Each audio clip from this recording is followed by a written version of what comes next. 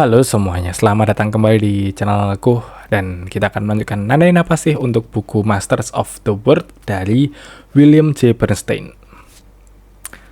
Oke, ini kita akan masuk ke sebuah bab. Kalau kemarin kita udah ngeliat ya bagaimana ternyata literasi atau kesadaran manusia terhadap ilmu tulis ya, huruf gitu, keberadaan huruf di dalam peradaban manusia itu memampukan manusia untuk menyebarluaskan instruksi, lalu mengatur masyarakat yang lebih luas, sehingga mereka bisa menciptakan yang namanya demokrasi. Nah, sekarang mari kita akan bahas cerita-cerita ya. Ini judul babnya bagus banget. Judul babnya adalah Before Gutenberg. Nah, buat teman-teman mungkin nggak ingat siapa Gutenberg ya. Gutenberg itu adalah pencipta dari mesin cetak, Johannes Gutenberg. Kalau ada satu orang yang sangat berjasa dalam Renaissance, tentu saja adalah Johannes Gutenberg. Terlepas itu ada Da Vinci, ada Leonardo, ada Leonardo da Vinci, ada Galileo gitu. Tapi kalau ide mereka tidak tersebar dengan cepat dengan bantuan mesin cetaknya Johannes Gutenberg, yang nggak jadi apa-apa. Kita akan nulis, tapi nggak ada buku. Jadi semua literasi ini nggak akan ada kalau tidak ada sosok bernama Johannes Gutenberg. Bab 4 ini nyeritain tentang bagaimana kondisi dunia sebelum ada Gutenberg. Mari kita mulai dari tandaku yang pertama. Oh ini openingnya kayaknya bagus deh. Before Gutenberg, books along with their powerful magic were utterly inaccessible to those occupying the bottom rungs of power. Jadi yang punya kekuasaan untuk membaca buku atau ya membaca akses tulisan itu hanyalah orang-orang yang berkuasa saja. Ada kutipan dari Paus Gregorius ke-7. Not without reason has it pleased Almighty God that Holy Scripture should be secret in certain places, lest if it were plainly apparent to all men, perchance it would be little esteemed and subject to disrespect, or it might be falsely understood by those mediocre learning and lead to error. Nanti kita akan bahas bagaimana gereja Katolik itu sebenarnya pada awalnya nggak mau menyebarluaskan Alkitab. Itu nanti ya. Tapi mari kita lihat jenis-jenis tulisan yang berkembang pada saat itu. Ini ada yang namanya scriptura continua. Nah, scriptura continua itu adalah jenis tulisan yang kalau sebelumnya kan kita ngelihat simbol apa itu artinya apa, simbol apa itu artinya apa, simbol apa itu artinya apa. Nah, kalau scriptura continua itu sudah bentuknya itu seperti alfabet dan berapa karakter itu menyimbolkan satu bunyi-bunyi tertentu atau satu arti tertentu. Tapi, kenapa kok namanya scriptura continua? Karena semuanya itu nyambung. Jadi, kalau kita sekarang ada spasi, ada tanda baca. Nah, scriptura continua itu semuanya nyambung dan nggak ada spasi, nggak ada tanda baca. Itu salah satu jenis tulisan yang pertama. Lalu nanti di era Romawi ya, mereka menemukan yang namanya interpuncts. Jadi memisahkan kata-kata dengan titik. Nah, gitu. Jadi kayak ada X horeo, X titik horeo, X titik horeo titik at titik patrimoni titik. Nah, gitu-gitu.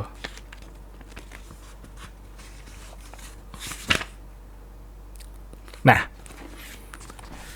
ini masih berhubungan dengan kutipannya Paus Gregorius tadi. Aku baca ini ya dari KB McFarlane. The first steps toward reformation were thus taken by men whose consciousness of abuses were sharpest when they were deprived of the ability to commit them themselves. Jadi revolusi atau reformasi terjadi diawali oleh orang-orang yang sadar gitu. Nah, kesadarannya nanti kita akan lihat kesadaran manusia terhadap sesuatu yang salah itu dimunculkannya gara-gara apa. Dan tentu saja peran literasi gede sekali di sana. Nah, ini yang tadi dibahas oleh Paus Gregorius ya. The Roman Catholic Church all too well understood the relationship between heresy and literacy.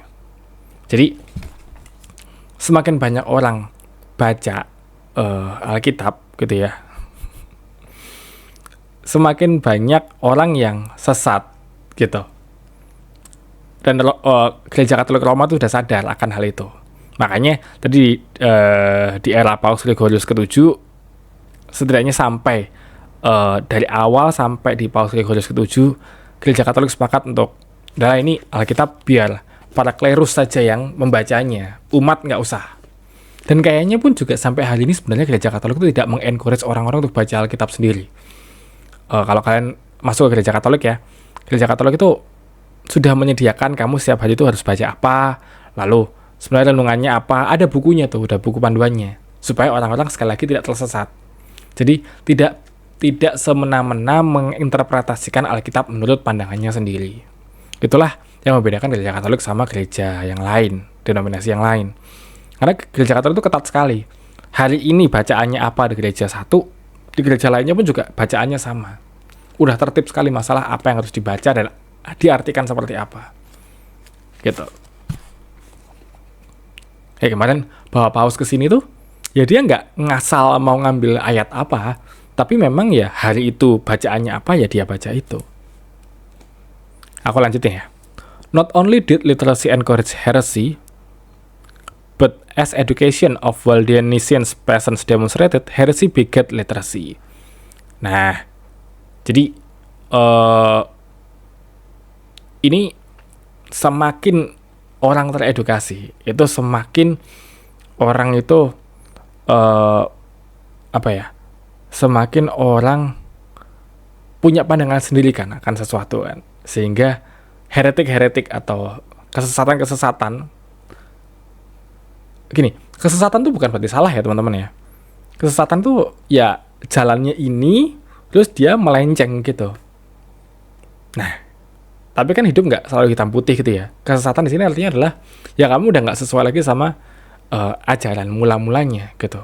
Kalau di buku Breaking the Spell, ini adalah bentuk mutasi dari sebuah agama yang terorganisasi. Jadi literasi itu menciptakan mutasi dari agama-agama yang sudah terorganisasi. Nih, within few years on his 1407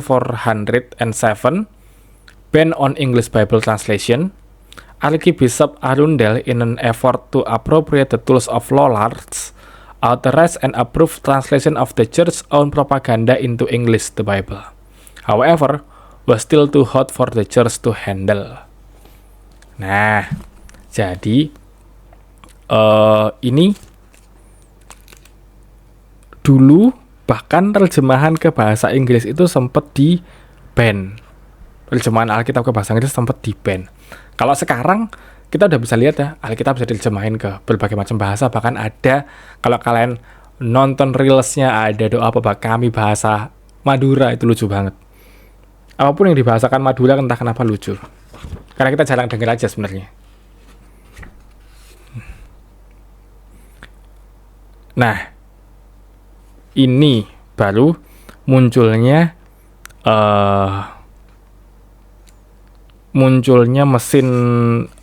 mesin cetak gitu. Ini adalah contoh hasil dari mesin cetak yang pertama ya. Jadi masih geser-geser, masih lines-nya nggak jelas gitu. The irregularity of this composition is caused by the types of the letters A and E, which are larger than the other letters. By accurate measurement, less than 9/1000 of an American inch, this many difference is repeated and increased in every line, until the connection between words and lines is partially destroyed. If this use of the letters A and E were continued through a dozen additional lines, the reader will be unable to understand what has been composed. Nah,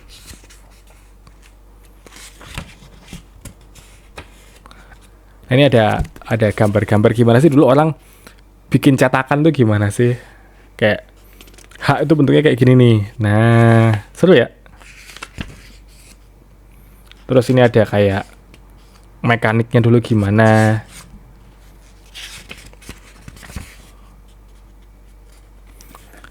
Like all revolutionary technologies, the printing press outraged practitioners of the craft it's displaced.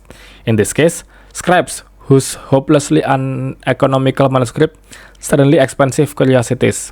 One scribble victim, Filippo de Strata, a Benedictine monk living in Venetian Island Milano. Oh, founder of. Oke. Jadi gini, seperti teknologi-teknologi yang revolusioner pada masanya, yang tersisihkan itu selalu menjadi korban. Jadi kan tentu saja ketika datangnya mesin cetak atau printing press ini datang di dunia, yang tersisihkanlah orang-orang yang selama ini menulis gitu, terutama biarawan-biarawan yang tugasnya itu menulis ulang manuskrip gitu. Nah, mulailah mereka memberikan justifikasi kenapa menulis itu penting dan luhur. I think hal yang sama muncul ketika aku ngelihat AU, teman-teman. Sekarang tuh kayak ngelihat AU dan novel-novel yang didasarkan dari AU gitu, aku rasa kayak ini bukan sastra deh. Kok bisa sih sastra muncul dari fanfiction dan sastra muncul dari kamu ngefans BTS terus dibikinin ceritanya kayak, terus startnya tuh dari potongan-potongan chat yang nggak jelas arahnya kemana terus jadi cerita. Apaan sih? Sastra tuh ya Shakespeare minimal orang geng dukuh paruk tuh sastra gitu kan. Tapi to be fair, kalau misalnya Sir Arthur Conan Doyle melihat novelku pun juga kayak aneh apaan sih. So bukan berarti makin tambahnya zaman tuh makin jelek, tapi ya emang yang relevan apa pada zamannya. I think AU merepresentasikan apa yang terjadi pada zaman kita, di mana atensi pembacanya itu makin rendah, maka nggak bisa dikasih narasi panjang-panjang. So, ketika ada teknologi baru, pasti akan ada orang-orang yang menjadi korban. Pertanyaannya, apakah kita siap nih menanggulangi korbannya? Kayak ini kan, printing press nih awalnya biarawan-biarawan terganggu, karena kerjaan biarawan kan ya nulis gitu.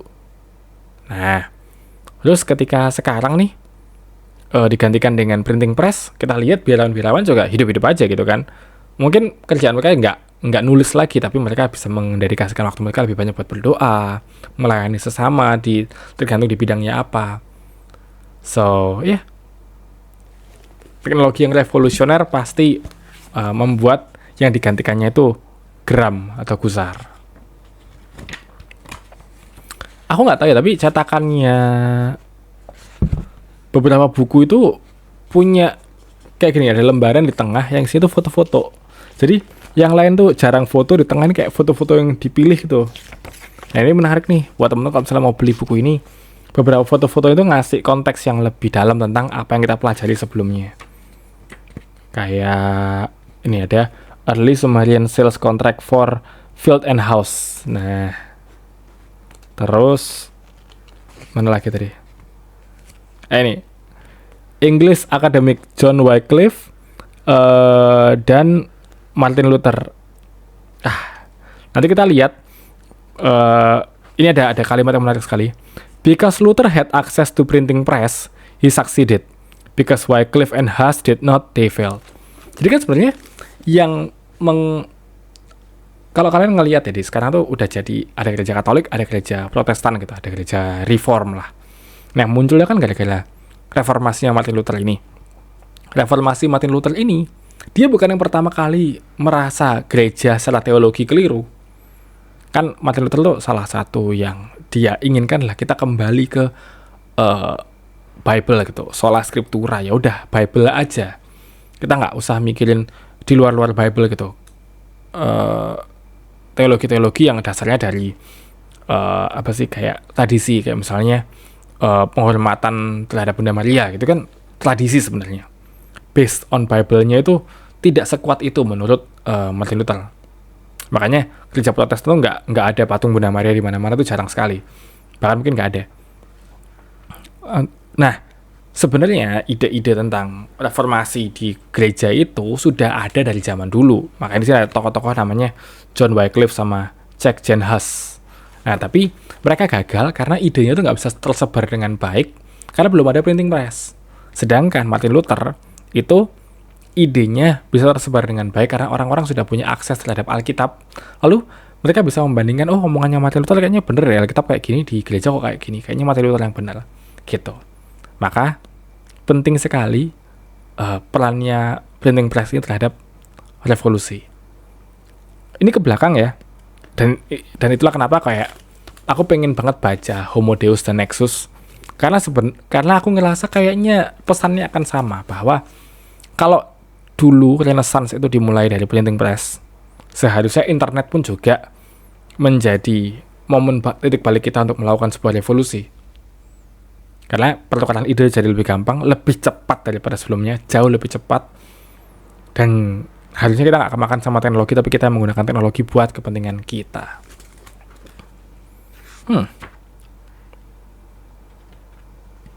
Ini tuh kayaknya nggak ada yang tak cut ya, kayaknya tadi padat gitu. Segitu dulu deh. Terutama aku tadi udah cerita juga bagaimana Martin Luther itu terbantukan oleh printing press, dan kayaknya itu pelajaran yang cukup berharga ya, cukup penting. Kayaknya di semua catatan gereja, buat teman-teman yang beragama Protestan, kalau kalian merayakan Martin Luther, jangan lupa untuk merayakan Johannes Gutenberg juga. Karena tanpa Johannes Gutenberg, gereja kita semua ini nggak akan terevolusi dengan baik. Dunia nggak akan menjadi seperti ini. Ilmu pengetahuan mungkin bertambah, tapi kalau kita nggak bisa menyebarkannya, kita nggak akan maju secepat ini. So, ini masih ada setengah lagi, dan yang kutenin kayaknya nggak banyak ya. Semoga aku bisa cerita lebih banyak dari buku ini. Terus nanti kita lihat aku bisa cerita apa, nandain apa sih. Kalian request aja mau bahas buku apa setelah ini. Ya, thank you teman-teman.